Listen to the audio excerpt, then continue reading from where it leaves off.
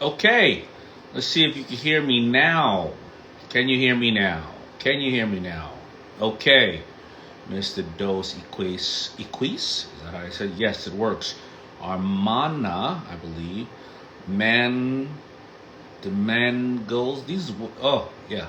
These names are so hard. I'm sorry about that. Oh, I see Jenny from the chopping block. I get that. That's really easy when you can put your stuff down and people can really say it easily. Thank you, Jenny from the chopping block. So, what's up, everybody? I know everybody can hear me now, and I see the Beauty Shark Ginger is in here. She is absolutely my favorite, hands down.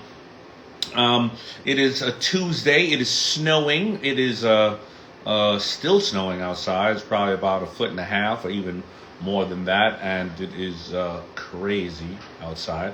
But it's all good, you know. Everybody always says they want to be out in the snow, but trust me, you don't want this. This stuff is nasty and it's dirty and it's crazy.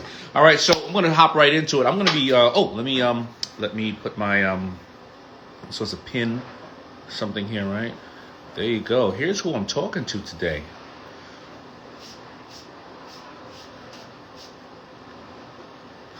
Boom. Today, well, first of all, happy Black History Month for everybody out there. Whether you are black, white, or indifferent, Black History Month is a great time to find out about a lot of people who've done amazing stuff in this country of ours, this amazing country of ours. That's why I always sit in front of the American flag. However, I sit in front of the American flag, and the American flag is the ribbons are flowing various different ways because, and not everything in America or in the world is perfect, and it is up to us to stitch it all together and put it together. But we still live in the greatest country no matter what, and it's all our duty to keep everything moving forward and give freedom to everybody, women, LGBTQ, blacks, whites, everybody should be able to participate in freedom. And we witnessed it this last week in different ways. You see, the system is the system no matter what, whether it is against you because of your economic status, because of your gender, because of your race, religion, whatever you believe in. And just like there's Black Lives Matter, people walking in the streets and banding together, there's also, we saw it on Wall Street, where people band together to say the system is broken, and because every single man and woman, even if you have 2 nickels to rub together, you should be able to participate in this country's economy. And all of a sudden, when the everyday person got up and started making money off of GameStop and everything else, wait a minute, let's freeze that. Don't let them in. Don't let them take their money out of the market. And then you just realize that the system is rigged in various different ways, but they're never going to be able to stop people who feel that they have a voice and they have a right. And so that's what I believe is everybody can relate to. So when you see somebody marching in the streets against Black Lives Matter, or marching against Wall Street, or marching because they're veterans and they fought for this country but they can no longer get a job, it is the system they're fighting against. And so don't take it personal. It is the system.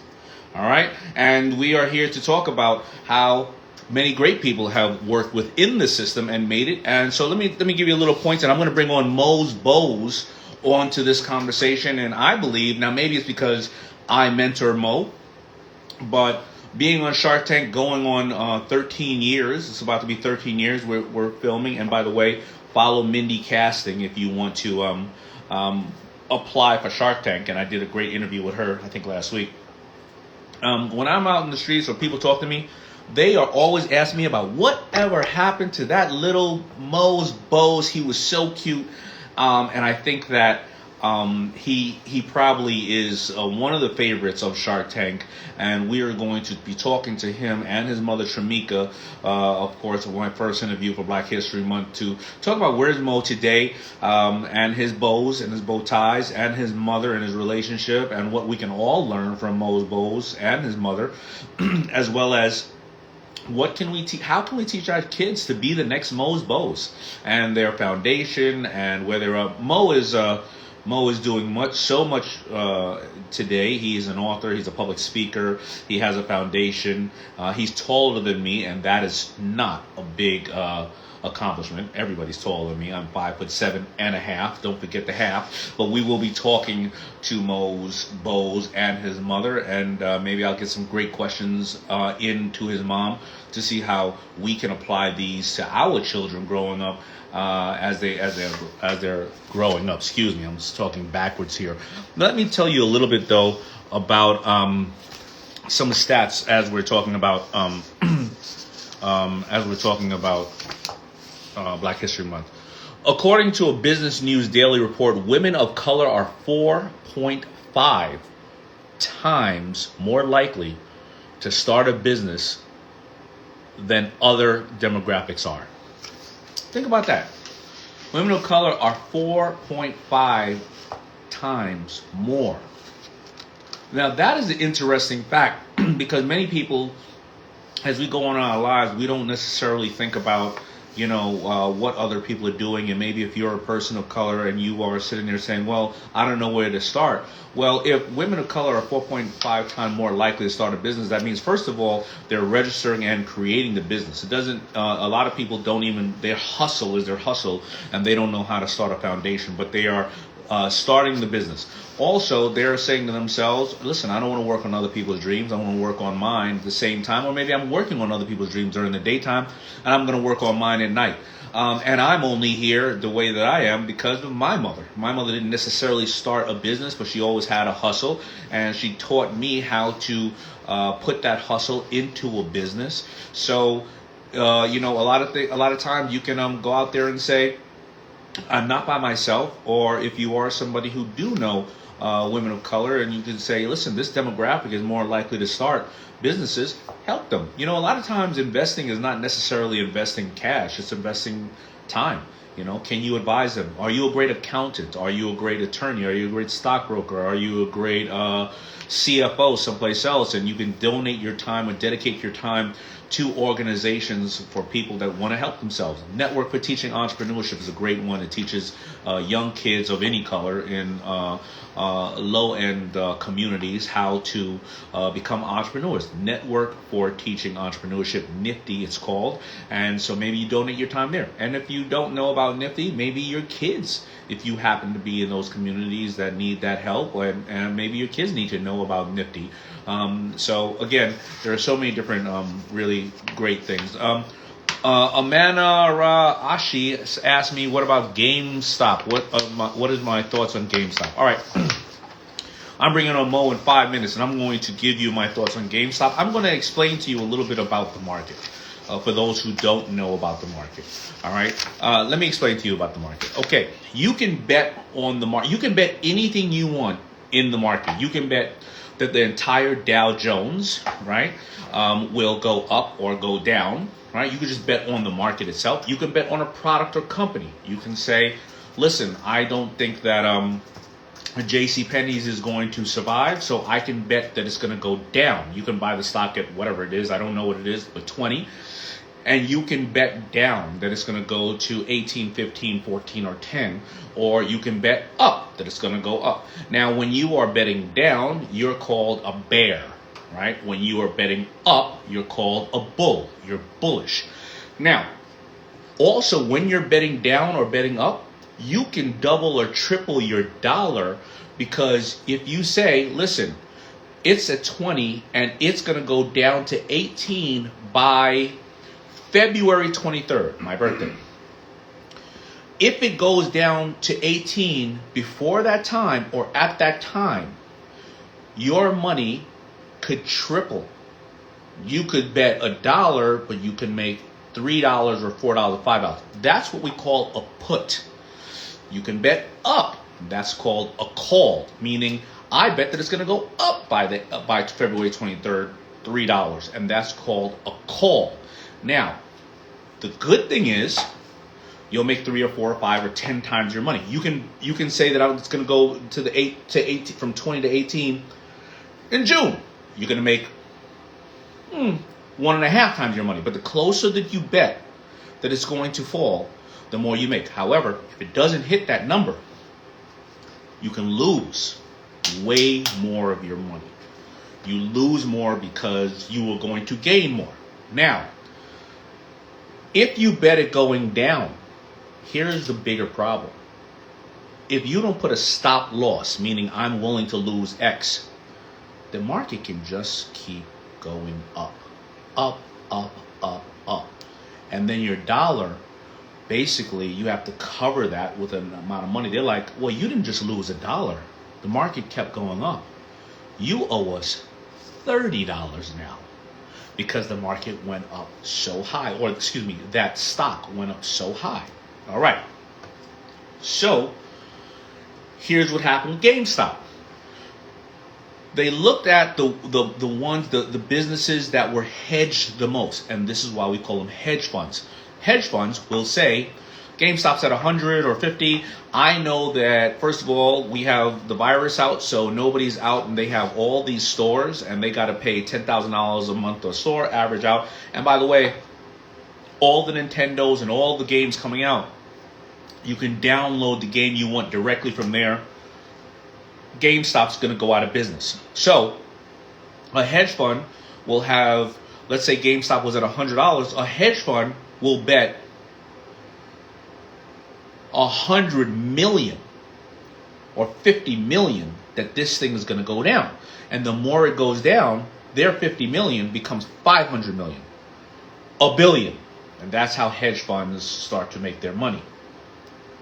What happened was the public got pissed off, and really Elon Musk, who had been betted on by the hedge funds, the top hedge funds, who basically said, oh, Elon Musk is smoking weed on Joe Rogan's show, it's going to go down. So they bet that he go down, and they hurt his stock, because once the hedge funds start pushing your stock down, other people jump in and start pushing it down.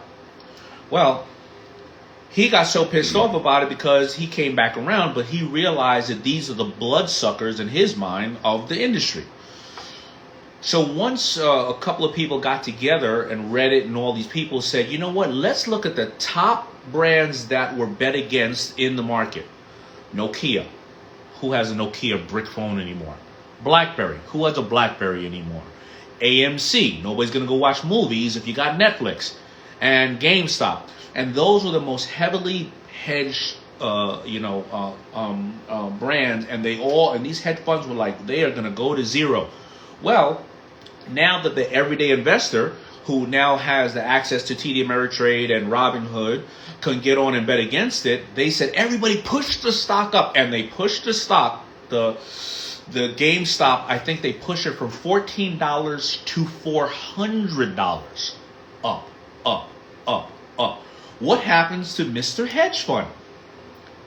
They got to cover because they kept saying it was going to go down. And now these hedge funds, remember trading places? Margin call, gentlemen. Wait a minute. We don't have so far. Basically, the hedge funds had to come up with billions. 10, 20 billion dollars. Remember? This is all trading places. If you never understood the end of trading places, they bet that it was going to they were buying the properties instead of selling, and he was like, get in there and sell, Mortimer, sell. Well, that's what happened to the hedge funds. It started to go up, up, up, and oh my goodness, they're upset. But you see, here's my thing, and I love that Kevin O'Leary basically said it the best. It's called the free market. And that means that you win some, you lose some. And when the hedge funds were putting people out of business because they were betting it was going down, now you can look at it either way. The hedge funds can say, listen, these things were already somebody who was going to go out of business anyway. We were just making a profit on it. And the everyday trader got in behind the hedge funds and started making profits too because they saw the hedge funds were betting on them. Or you can say the hedge funds put people out of business. All those people who worked at AMC theaters and all those people who went to the theaters and all those people who may have had 401ks and benefited off of working there, well, they could potentially be out of business because the hedge funds sucked all the money out and they pushed them down. Well, I don't have any remorse for a hedge fund because when they made billions of dollars and people are running around in their yachts and various other things, they weren't giving it back to the people, right? So that's what it is. You're out of business. You're out of business. Your loss, right? So that's exactly what happened with GameStop, and it's going to start happening often Now be careful. I don't want you all to go in and get a TD Ameritrade account or a Robinhood or any of those accounts and start gambling. You have to, if you're going to do those trades, you gamble what you can. If you go to Vegas, if you're going to spend $100, then spend $100. Don't start putting your life savings on it. Don't go start buying cryptocurrency. Don't start trading sports cards because they're doing really well in the market if you don't really, really know about it. All right, long holds are the best way to do it. All right. So anyway, I'm going to bring on Mo and Tramika. Let's bring them on. I'm going to give you the facts and stats on Mo and Tramika. I have my little piece of paper right here, and then we're going to bring them on, ask them some questions. Hopefully, I've given you a little bit of insight on. Somebody asked me, do I think the market is rigged? No, it's not rigged. It's just the big players play the certain game the way they want to.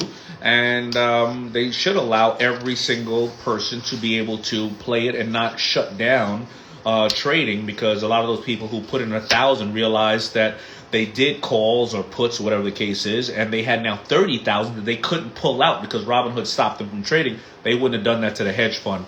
So the bottom line is every single person wants to fight against a system. So when you see people marching in the streets or see people doing this or that, one way you can empathize with them collectively is saying, I didn't like being pigeonholed. I didn't like being held back with whatever the system is. People just don't like the system to work against them, and that's all it is. All right. So Mo and Tramika. So president and co-founder of Mo's Bose Handmade Bow Ties. Tramika manages her son Mosiah Bridges and believes there's a Mo's Bose idea and concept in every young person, and launched the Mo's Bose Foundation in 2018 to back that up.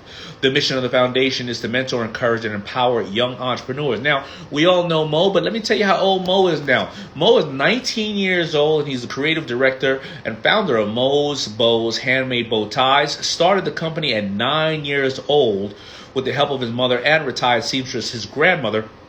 Now, he's been already doing it for 10 years. Think about that. How many of you have been doing your own business for 10 years already?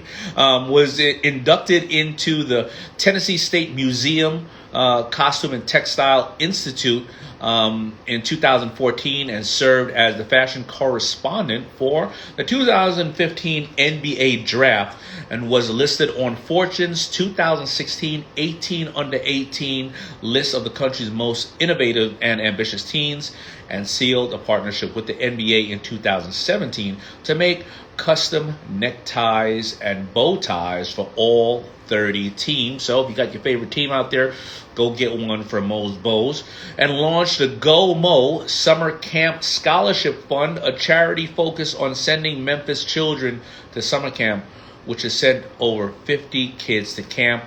Entering as an emerging fashion designer in the 2021 Memphis Fashion Week fashion show to expand his design skills. And I've been lucky enough to mentor Mo since his Shark Tank appearance. I'm going to even ask when that appearance was. I think he was about 12, or maybe he was 11. And he's since grown his business over $700,000 worth of bow ties and men's accessories. All right, we're going to bring Mo on and Tramika. There you go. Boom. Bring them on. Bang. All right. It is still snowing outside. Jeez. Hey. Hey. Hey, Daymond. What's happening? It is so good to see you. Yeah. We're going to turn the volume up. I can't Good to see you too. All right, great. So thank you for being here. I'm going to get right to it. First of all, how old were you, Mo, when you came on the Shark Tank? I think I was about 11 or 12. One of the two. Yeah. And Yeah. so, are you right now at the shop? I know you have your own store. Are you at the shop right now? No, we're at home right now.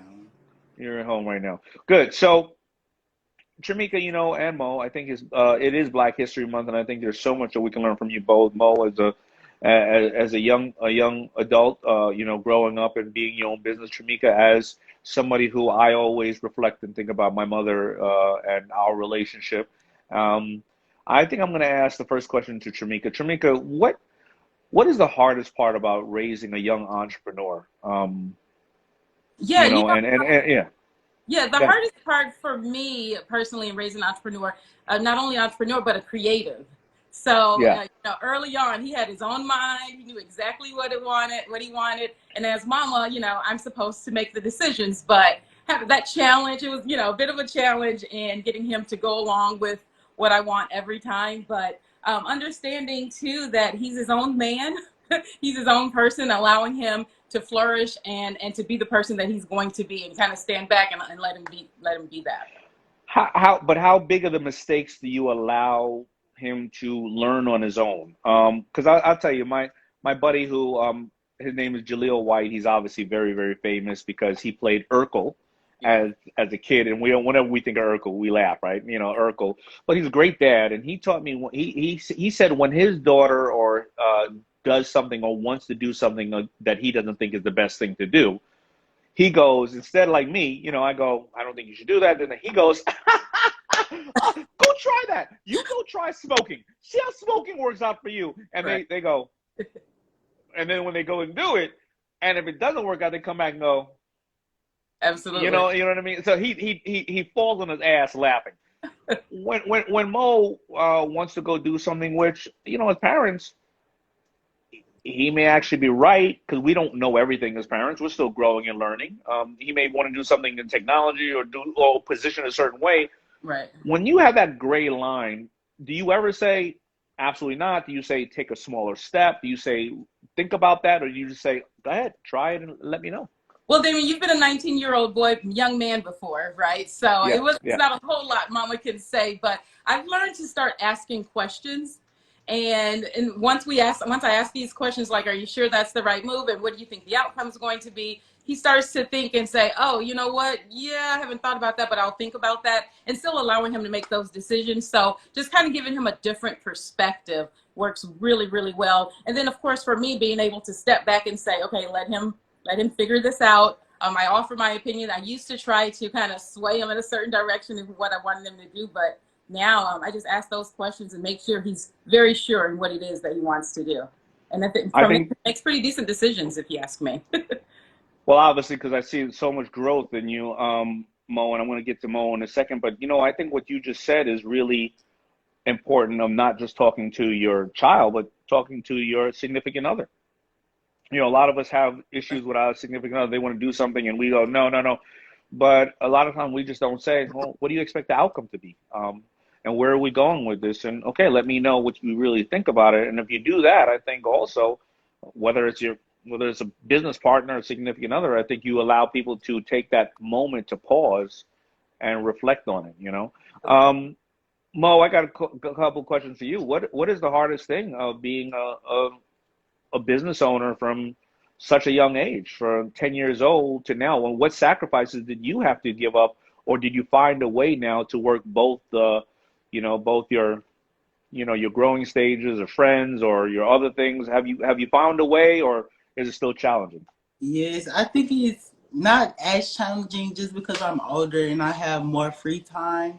But I feel like one of the most difficult parts of running a company would be keeping up with the schedule and, staying on time and staying on task for everything, but also keeping up with new trends and making sure my product is accepted by my customers and that they still are loving the colors and prints that I'm choosing. And I also think that one of the sacrifices that I have had to make as a child is just, sometimes you want to go to a party and sometimes you want to go hang out with your friends, but you have to really keep that tunnel vision and stay focused. And sometimes sit in that business meeting and, wait it out. But you'll also get to have so much more fun later. So. That's true, but and I got to tell you, work-life balance is never going to go away. The challenge of it, as even at my stage now or Tramika's stage, I mean, we all have that work-life balance. Sometimes we all want to, and I think the problem today is we're too connected. So what happens is, I'll tell you right now, I am, I live in New York and Miami, and right now, if you look outside, it is freezing outside, right? You see that snow. every time I'm on Instagram, all my friends are butt naked on the beach in Miami, and they are having a ball. And I'm like, man, I really wish I could be in Miami. But I know if I go down to Miami, I ain't gonna sit around in the house. I'm gonna be outside.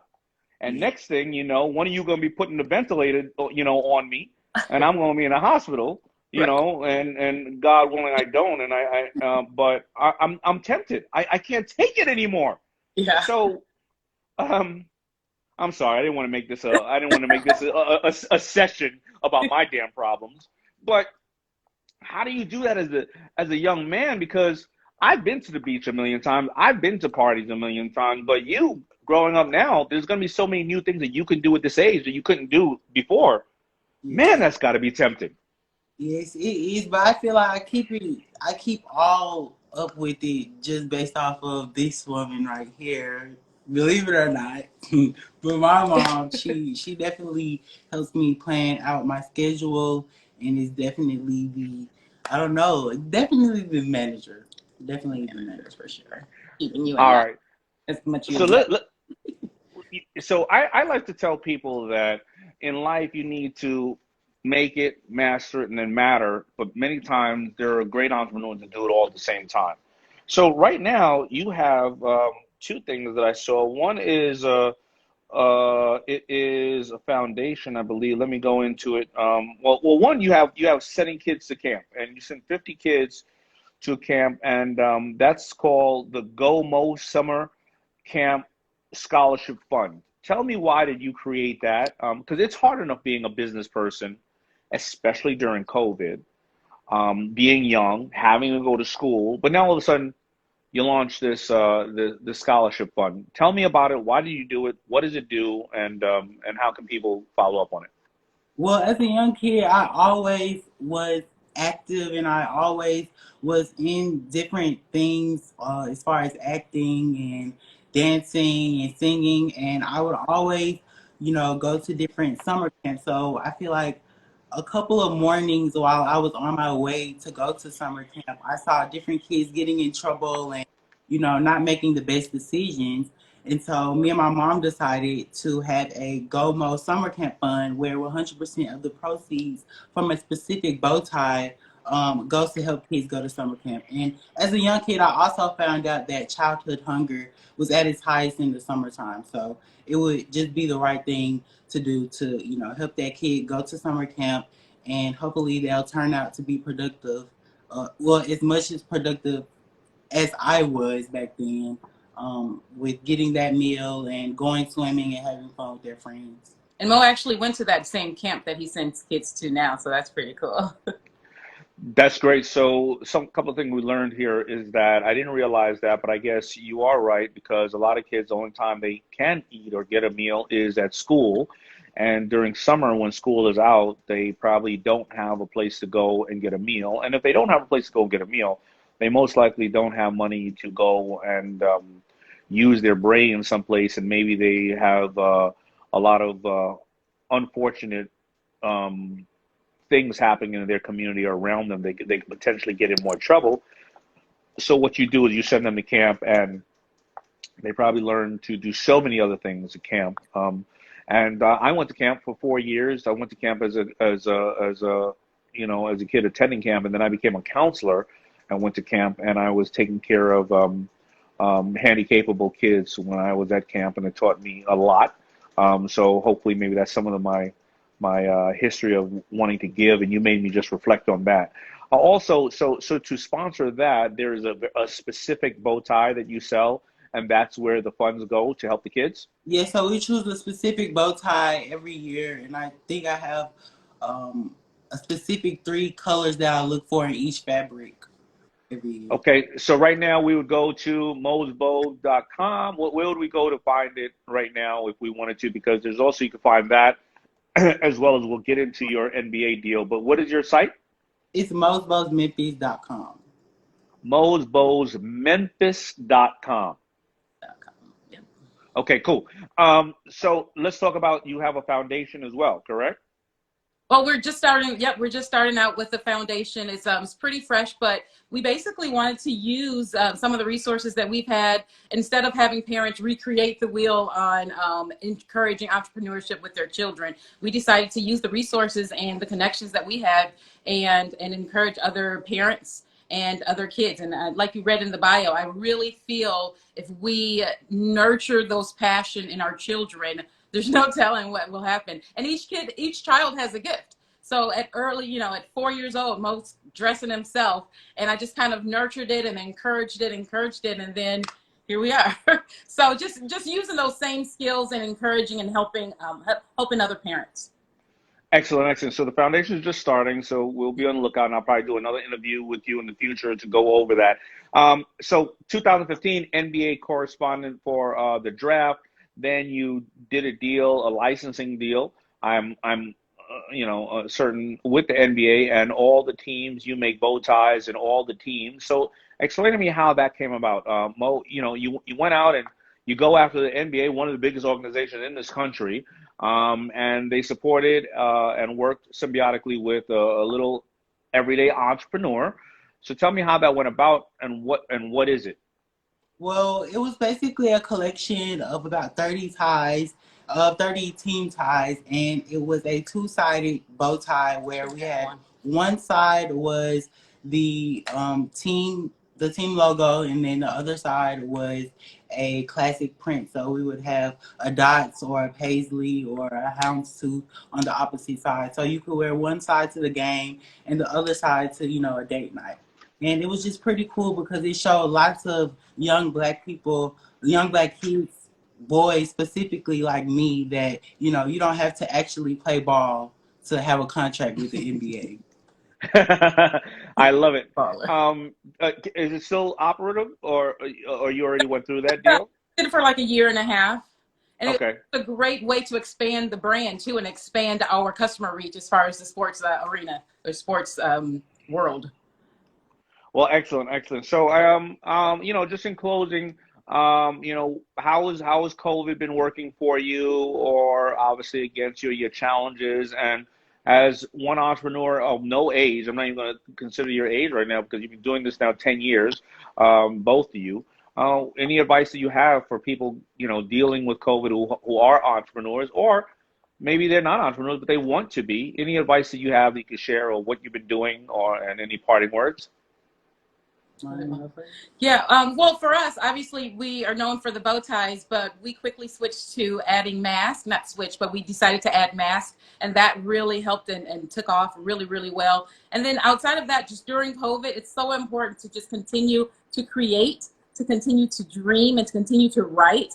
And so, yeah, for us, we've just kind of been keeping busy with a lot of collaboration. Mo can talk further about what he's been collaborating. And then, of course, doing the virtual. That's been amazing, being able to pop into some virtual classrooms and able to still share the story even more. We get a lot of requests from like Germany, all over the country, for Mo to share his story. So just being available, keeping pictures updated, obviously fun content on social media, and yeah, just keep grinding, basically.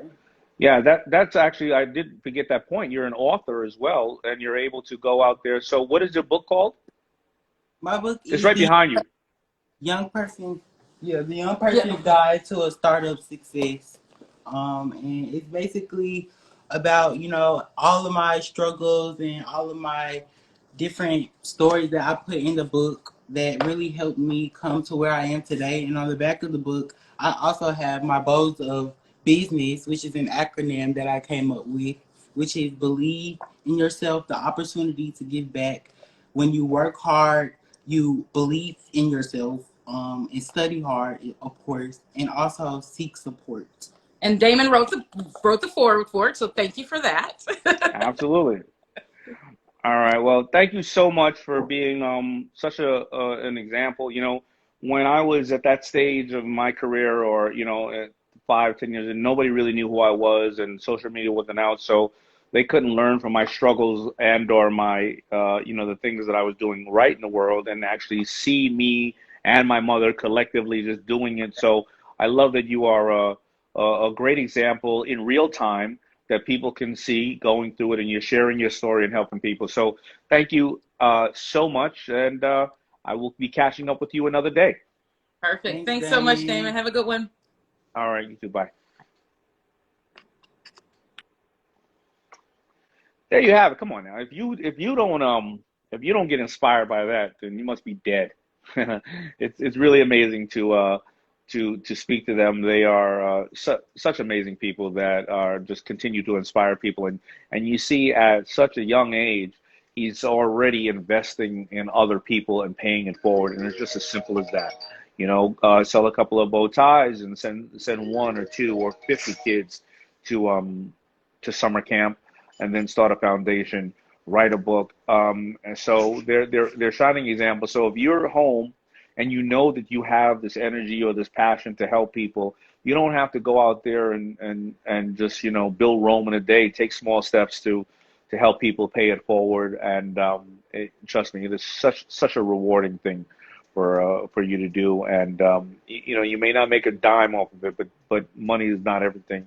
And it'll lead you to greater things. So thank you all for being here, and I wish you all a really great and amazing week. Stay safe. You can catch me on Clubhouse. I'm on there probably once every other night, you know, having open and candid conversation. I think I'm going to have Barbara and Kevin, all three of us, on one Clubhouse. Don't miss it. It's going to be only 2 hours long, and we are going to be raw, uncut, uncensored, and hopefully you will walk away not only laughing and seeing how we fight behind the scenes, but you will also walk away with some things that are useful for you to continue to help grow and profit and benefit off of hopefully some of the things that we have learned, or more importantly, some of our failures.